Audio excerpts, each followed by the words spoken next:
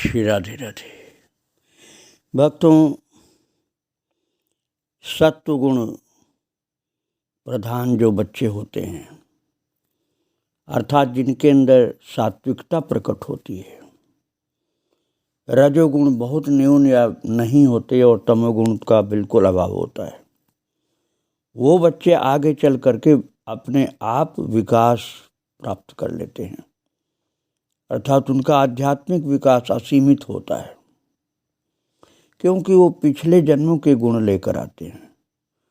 और यदि किसी के अंदर भगवदीय तेज हो, कोई ईश्वरीय शक्ति हो, कोई देवी देवता की शक्ति हो, तो वह जो सात्विक गुण होता है वो असीमित रूप से बढ़ता है, उसमें परम दिव्यता आ जाती है। बिल्कुल यही बात थी माता अम्मा जी अर्थात अमृतानंदमयी माँ के बचपन में, जब वो सुधामणि नाम से थी। बहुत भोली थी, भगवान कृष्ण के मनोहर रूप में अपना मानस और आत्मा केंद्रित करके गौशाला में पूरा समय व्यतीत कर देती थी। छोटी सी गौशाला थी, उसके अंदर लगी रहती थी सेवा में। श्री कृष्ण की तरह नन्ही बालिका को गायें बहुत प्रिय थी। खाली समय मिलने पर वो ध्यान में डूब जाती थी और एकांत स्थल में बैठी हुई दिखती थी।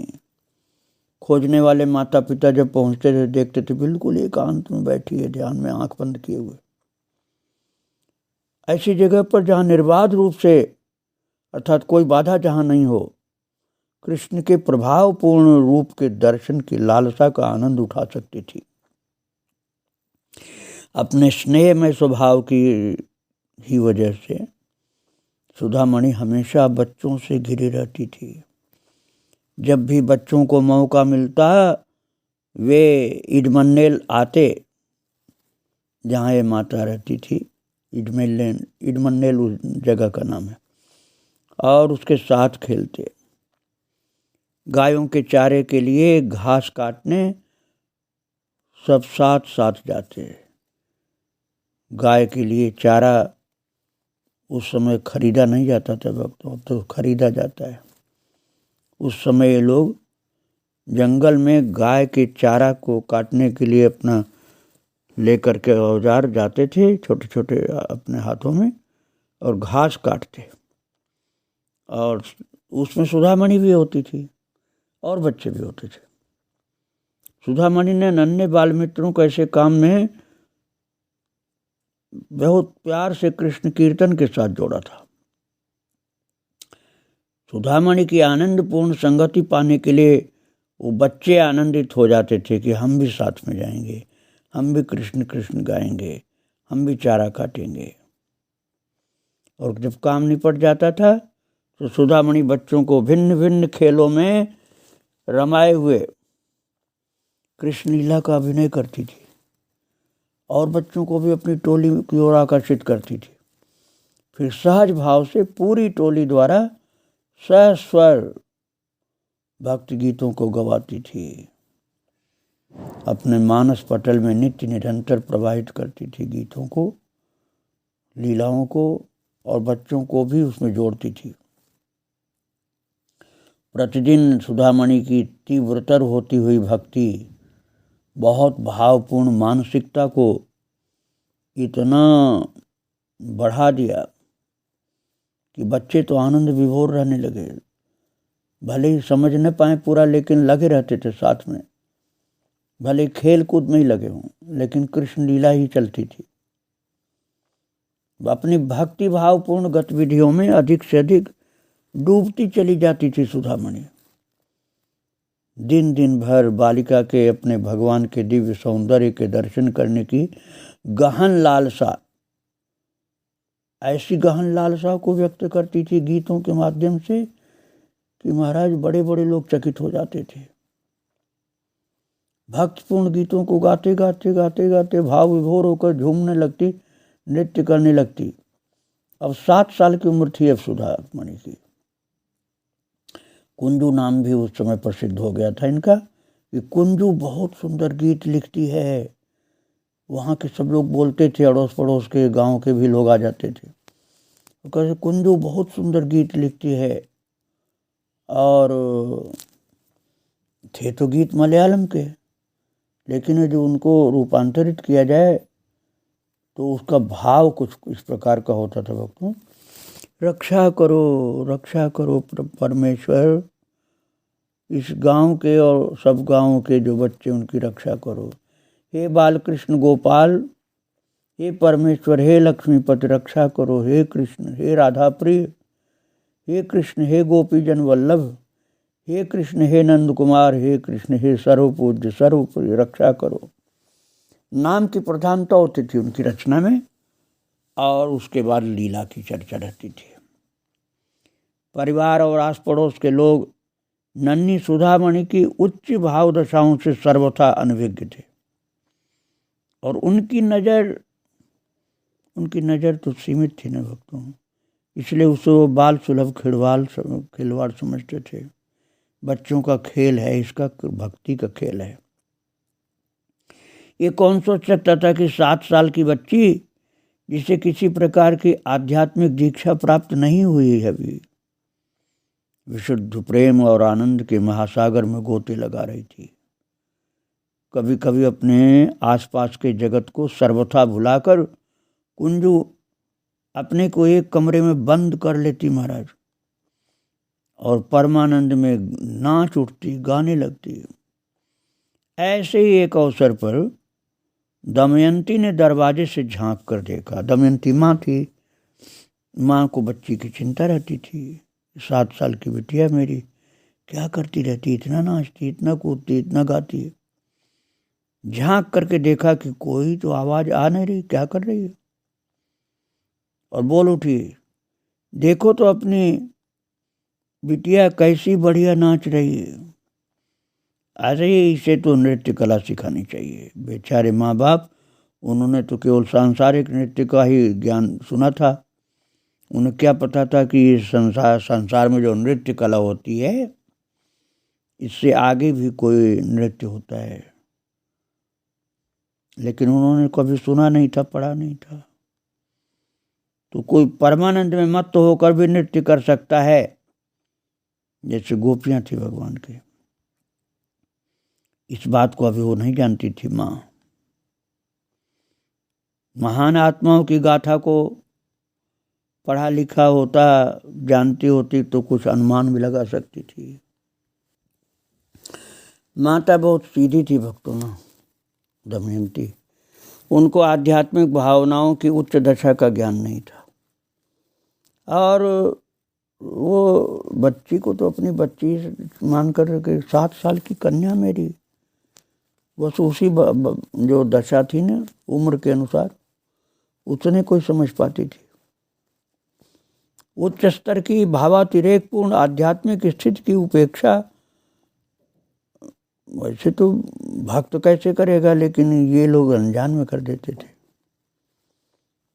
जो भी हो, परिवार वालों ने तो इसे अपनी बालिका को थोड़ी सनकी ही समझा, कुछ सनकी सी है,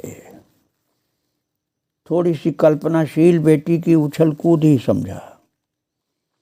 अपने परमेश्वर के दर्शन करने और उनसे एकाकार हो जाने की सुधामणि की उत्कट अभिलाषा निर्बाध बनी रही महाराज, कोई रोक टोक नहीं लगा पाया। भक्ति रचनाओं की विपुल धारा उसके हृदय तटों को तोड़ करके उमड़ उमड़ कर बहने लगती थी, और उनकी गीतों में करुणा और विरह का प्राकट्य शुरू हो गया। नन्ही बालिका के गीत ग्राम्य जीवन के अभिन्न अंग बन गए। कई बार देखा जाता कि कृष्ण की उस छोटी सी तस्वीर को टकटकी लगाए देखती रहती, दूसरी तरफ दृष्टि ले ही नहीं जाती थी। वो हमेशा अपनी कुर्ती में जो पहने रहती थी कपड़ा, कुर्ता बच्चों को होता है, लड़कियों को कुर्ती होती है, उसमें सावधानी से अपनी जेब में भगवान कृष्ण को रखी देखती झांकती रहती थी। गीतों या कीर्तनों में अपने हृदय के भावों को उनके सामने उड़ेल करके बालिका पुकार उठती है, हे मेरे कृष्ण, हे मेरे प्रिय कृष्ण, अपने चारों ओर मुझे चिंता, दुख और पीड़ा दिखाई पड़ने लगी है। हे कृष्ण, तुम तो आनंद के सागर हो, यहाँ की जनता दुखी क्यों है? इन सब की परवरिश करना है तुमको, भूलना नहीं। मैं सदैव तुम्हें पुकारती रहती हूँ, क्या तुम आकर मेरे साथ नहीं खेलोगे? क्या तुम मेरे साथ नहीं खेलोगे? और महाराज फिर बोलती कि मुझे भूलना नहीं। 8 साल की उम्र में सुधामणि ने बहुत गहरे गहरे भाव से भरपूर गीतों की रचना शुरू कर दी थी। उन गीतों में बहुत ज्ञान होता था और उसके भाव के अनुसार अनुवाद भी करना विद्वान लोगों ने शुरू कर दिया। हे करुणा सागर, हे दयालु, हे कृष्ण ले लो शरण में। हे कृष्ण कुरुक्षेत्र में अर्जुन के सारथी बन तुम आए, सत्य और नीति की रक्षा की तुमने। हे भगवान, धर्म की रक्षा करने वाले, थोड़ी सी करुणा दिखाओ। ऐसे बहुत भाव भरे गीत गाती रहती थी। और महाराज कभी उदास हो जाती जब प्रभु का अनुभव उसकी समय नहीं होता, तो उनके उदास मुखमंडल और करुणा भरे गीतों ने गांव वालों के सहानुभूतिपूर्ण मानस को जीत लिया। लेकिन सुधामणि के अंतर जीवन का महत् रहस्य अभी भी लोगों से अज्ञात था। उसकी बाल भक्ति के परमानंदमय उल्लास की कौन कल्पना कर सकता था? बहुत अच्छे अच्छे जो समझदार ज्ञानी पुरुष कभी आते थे तो उन्हीं के समझ में आता था, सामान्य जनता की समझ में वो भाव भक्ति आती नहीं थी। भक्तों, 9 वर्ष की आयु में सुधामणि 4थी कक्षा में पहुंची। उनकी मां निरंतर बीमार अब रहने लगी थी, इसलिए अब घर की जिम्मेदारियां भी सुधामणि के ऊपर ही आ गई। सूर्योदय से पहले उठकर वो अपने काम में लग जाती है और घर का काम समाप्त करने के बाद तभी स्कूल जा पाती थी। और शाम को घर लौटने के बाद फिर से घर का काम निपटा चुकने के बाद जो समय बच पाता था तो महाराज वो पूजा में, भक्ति में बिताती थी और कृष्ण की अपनी उसी प्रिय तस्वीर को सदैव अपने साथ साथ लिए रहती। उसे आलिंगन करती, चूमती, आंखों से लगा करके आंसू बहाने लग जाती। उसकी आंसुओं से तस्वीर भीग उठती थी। कभी कभी दमयंती को पानी भर लाने के लिए घर से दूर जाना पड़ता था तो नन्ही सुधामणि को घर में छोड़कर जाती थी। दमयंती को पता नहीं लग पाता था कि सुधामणि उसके पीछे पीछे चली आ रही है, क्योंकि बच्ची को लगता कि शायद वो अपनी माँ की कोई मदद कर सके। यदि दमयंती कभी उसे आने से रोकती थी तो सुधामणि जोर जोर से विरोध करने लगती थी कि मुझे मत रोको, मुझे आने दो, सेवा संभालनी है मुझको। और महाराज इस मामले में उसकी जिद को देखकर कभी कभी तो दमयंती उसे कोठरी में बंद कर जाती थी। वो बच्ची को डराने धमकाने की कोशिश करती है, कहती देख भूत आ रहा है, तुझे पकड़ करके ले जाएगा। सुधामणि को कोई लेकिन डरा नहीं पाता था। कोशिश चाहे जितनी कर लो, डरती नहीं थी क्योंकि बड़ी निडर साहसी थी। गांव वालों के मन में उस बालिका के प्रति ममता की भावना और आदर की भावना भी अब जागृत होने लगी थी। और महाराज भावना भी बहुत पवित्र थी सबके अंदर। और इस तरह से सुधामणि की सेवा, माँ के लिए सेवा और भगवान की भक्ति दोनों का ही विकास हो रहा था और बड़ी जिम्मेदारी के साथ माँ की सेवा करती, घर के काम करती और कृष्ण कन्हैया की भक्ति में तो बड़े प्यार से लगी रहती थी। भक्तों, सुधामणि के गांव में एक महिला थी जिसका नाम था आपिसिल अम्मा। उसका क्या काम था? उसका नाम और उसका काम मशहूर था बच्चों को डराने के लिए। जब माँ बाप किसी बच्चे से तंग आ जाते थे तो बच्चों को डरा करके शांत करने के लिए उसको बुलाते थे आपिसिल अम्मा को। और जब सुधामणि छोटी थी ना तो उसको ज़्यादा भक्ति में देख करके कभी कभी माँ बाप को शंका होती थी कि इसको कोई बीमारी तो नहीं, कोई आफत तो नहीं, क्या है। तो उसको डराने के लिए उसको बुला लेते थे और वो महाराज बड़ी कुख्यात थी, बच्चे डर जाते थे उससे। तो चुपके से वो खिड़की पर पहुंचती जहाँ सुधामणि बैठी होती। वो अपना सिर एक बोरे में छिपा लेती थी और चीखती उछलती डरावनी डरावनी मुद्राएं बनाती हुई पहुंचती थी और खिड़की से झांकती बालिका बेधड़क घोषणा करती, चले जाओ, मुझे मालूम है तुम कौन हो, तुम आपिसिल अम्मा हो, तुम कोई भूत प्रेत नहीं हो, मुझे डराने की कोशिश मत करो। और इसके पहले तो महाराज जहाँ पहुँचती थी वहाँ बच्चे चीख चिल्ला के भागते थे, डर जाते थे। लेकिन सुधामणि तो बिल्कुल नहीं डरी। और महाराज दुखी अनाथ बच्ची की तरह सुधामणि अपने कृष्ण को ही पुकारती रहती और किसी को नहीं मानती थी। वो डराने वालों से डरती नहीं थी, किसी की बात नहीं सुनती थी, बस अपने प्रभु को पुकारती थी। गांव वाले उसे एक ऐसी लड़की मानते थे जो एक अलग ही दुनिया में रहने वाली है। बालिका की विरह की पीड़ा को समझने में कौन समर्थ था। तो लोग कहते, अरे कितने दुख की बात है, बेचारी बच्ची, पता नहीं उसे क्या हो गया, जब देखो उसकी आंखों से आंसू बहते रहते हैं। कितनी शोचनीय हालत है, क्या केवल आंसू बहाने के लिए उसका जन्म हुआ है? क्या उसके परिवार वाले उससे बुरा बर्ताव करते हैं? और जैसा है तो उसके हाथों से ऐसी क्या गलती हो जाती है जो इतने कष्ट सहन करने पड़ रहे हैं?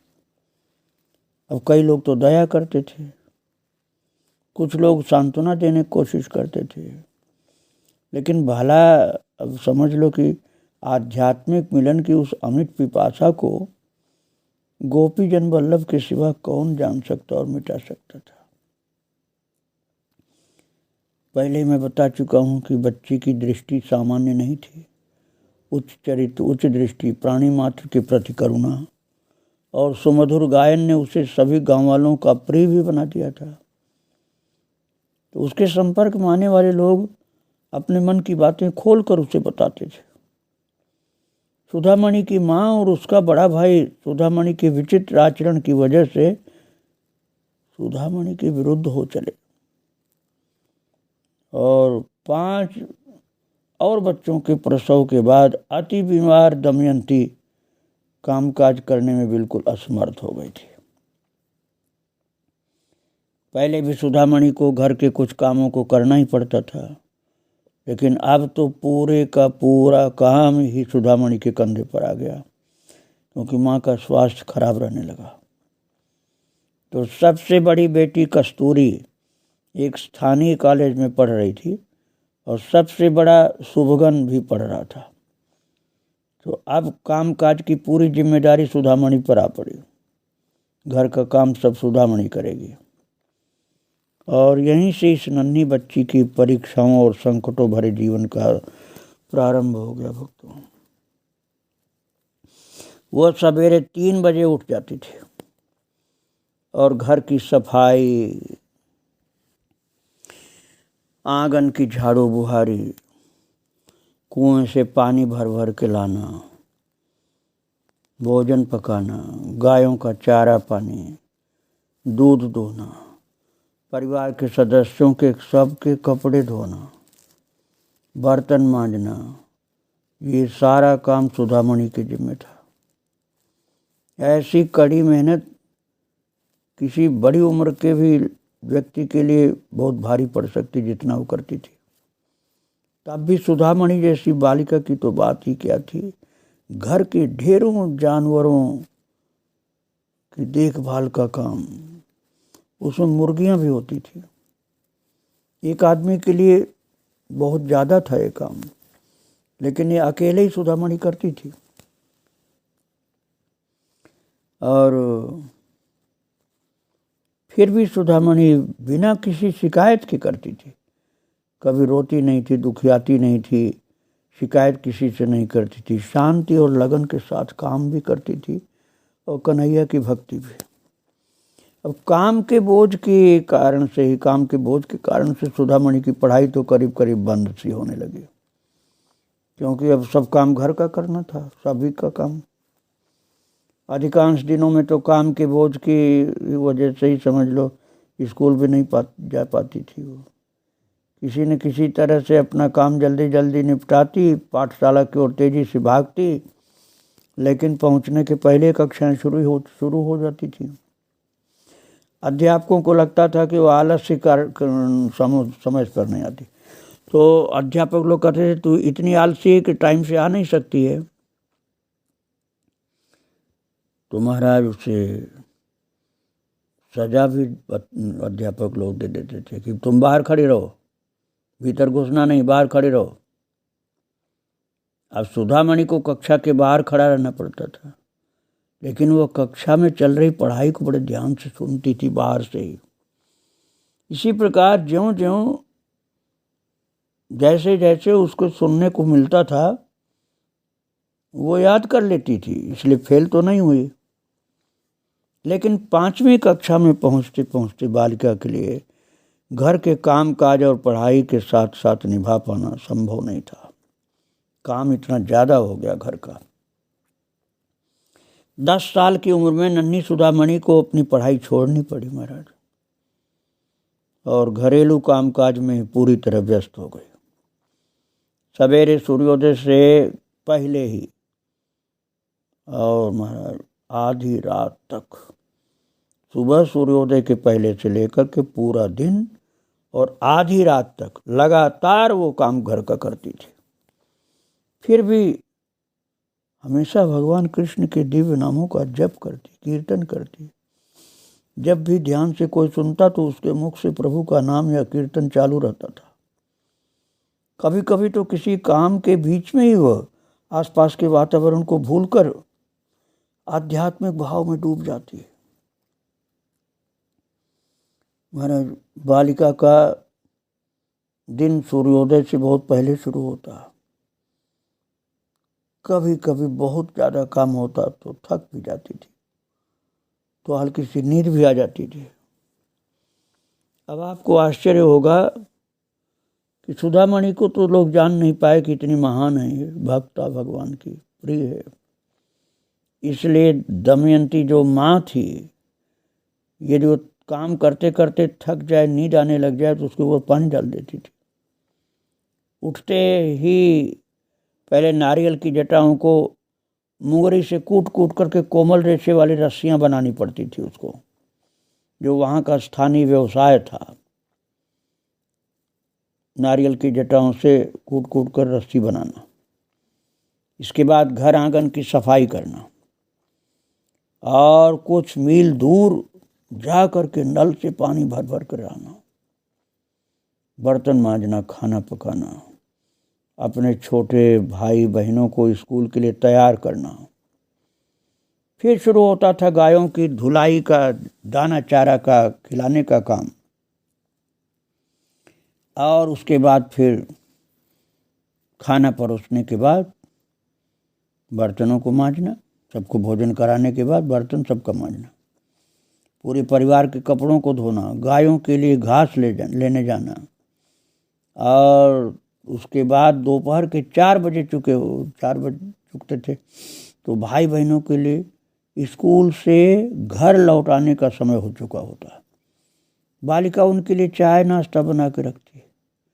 अपने काम के दौरान उसे किसी न किसी प्रकार से इतना वक्त तो निकालना पड़ता था कि पड़ोस के घरों में जाकर गायों को खिलाने पिलाने के लिए साग तरकारी के छिलके, भात का मांड, ये सब इकट्ठा कर लाए। और उसके अलावा दमयंती ने बालिका को आदेश भी दे रखा था कि जिन घरों में वो जाया करती थी वहाँ यदि वो देखे कि कोई काम अधूरा पड़ा है तो उसे करने में उनका हाथ बटाए। इसके बाद बालिका परिवार के लिए रात का खाना पकाती और उसके बाद फिर से बर्तन मांजती। महाराज बहुत काम था सुधामणि के जिम्मे। आप याद रखिए, जो बड़े उच्च कोटि के महापुरुष होते हैं ना, उनका जीवन बड़ा तपोमय होता है, संघर्षमय होता है। हरि बाबा के चरित्र मैंने सुनाया था आपको कि हरि बाबा के सिर के बराबर ऊंचे ऊंचे बड़े बड़े भगोने में घुस करके मांजना पड़ता था। ऐसे बचपन से ही महापुरुषों का जीवन संघर्षमय होता है।